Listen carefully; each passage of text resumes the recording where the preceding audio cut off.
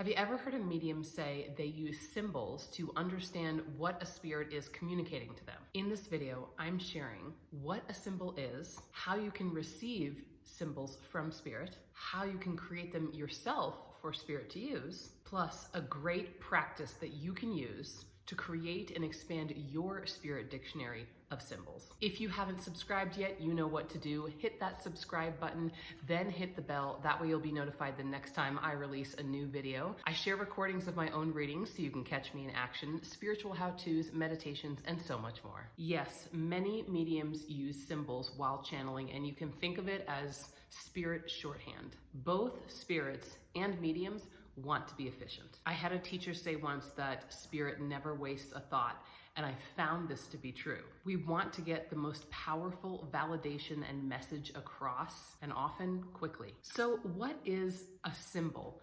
I'm sure you've heard the word before, but in the context of a mediumistic reading, it's a spiritual impression that you receive that has the same meaning spirit to spirit and reading to reading. Many people think of symbols as only being clairvoyant, but that's not the case. They can come through any of the clairs. For example, while I'm channeling spirit, if I smell a cigarette, that tends to mean that somebody was a smoker. But if I see a cigarette, that has the same meaning. Or if I hear the word cigarette, again, has the same meaning, but the symbol is coming through 3 of my different clairs. That's important because every spirit communicates differently and every medium receives spiritual impressions differently. If I can use 3 different clairs to receive the same symbol, I can communicate with more spirits. How do you start using symbols? Well, one way is that spirit can give you a symbol. In my experience, spirit will sometimes give me symbols during readings. And some mediums don't even realize that that's what's happening. For me, when I see something, if I don't instantly understand what it means, I start to get the feeling that this might symbolize something. So if you receive a spiritual impression and you don't understand it, and neither does your sitter, it could be that this is spirit giving you a symbol that has meaning you didn't immediately understand. It's so easy to rush in mediumship because we want to get that accurate, powerful message across and as swiftly as possible. But sometimes we forget to lean into those spiritual impressions that we're getting so that we can get a deeper sense about them and allow them to unfold a little. When you receive a spiritual impression, sometimes you do want to lean into it to understand more about the meaning behind it and more about the story that goes with it. The first time I ever used a symbol in a reading, it was when spirit gave me the symbol during a reading and I had to lean into it and I had to sense, what does this actually mean? It's not meant to be interpreted literally. I saw a vast ocean. All I could see was ocean for as far as I looked. And as I leaned into that impression, I started to feel overwhelming love surrounding me, and it became very clear in just a moment that this was a symbol I would use when a spirit is communicating vast love to my sitter. Now, another way that you can use symbols, in my experience, is creating them and holding them in your mind and letting spirit know that your intention is for them to use this symbol to help communication happen during a reading. I remember I was going through this month of readings where everyone's parents seemed to be divorced and everyone's parents wanted to talk to them about the divorce and how it had affected them. And I'd been studying symbols, so I thought, I need a symbol for divorce. And instantly in my mind, I saw a stack of papers with a big stamp on top. And instead of saying top secret, it said divorce. And so my symbol is divorce papers. I think it was the very next day in the next reading I had that I clearly saw divorce papers, used that symbol, it was correct, and it was the most efficient way that I had communicated to my sitter, it seems that your parents are divorced and that this past loved one wants to speak to you about it. And they were like, yes. That was a moment where I really understood the power of using symbols. We want to be efficient, as I shared before, and how much easier is it when you have shorthand and you can quickly get these messages out. When I'm creating symbols for spirit to use, sometimes I will sit in the power for a while and build that mediumistic power. And then I sit with my spirit, and then I might welcome spirit in so I can do that blending, a traditional way of sitting in the power. But I will, even though this is against what a lot of people teach for sitting in the power, it's just there to sit, I do let my mind start to wander and invite Spirit to send into my mind other topics or pieces of information that I might want symbols for, and I just play with letting those come into mind. Now, I could also do this during meditation. Now, meditation is different from sitting in the power, because sitting in the power is about building that power and blending with Spirit.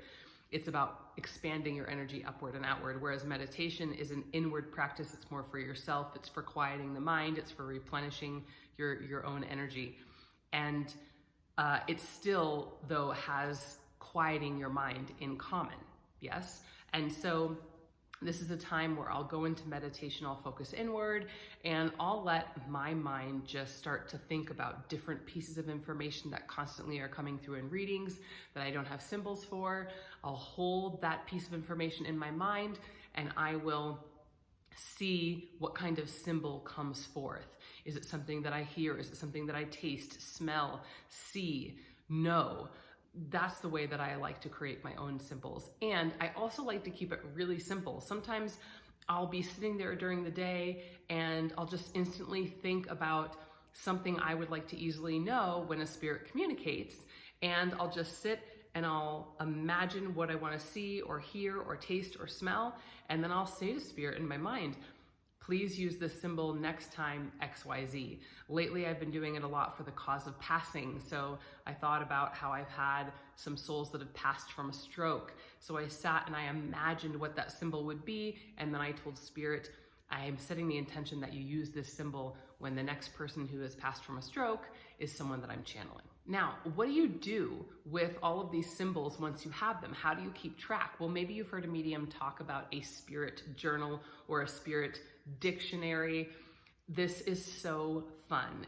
It's just a list of the different symbols that you have. So you might have a journal where you write down mother, father, didn't get to say goodbye, just any of those things that you're constantly bringing through during a reading. And across from the piece of information, you're going to write what your symbol is. How do you understand that that's what wants to be communicated in that moment?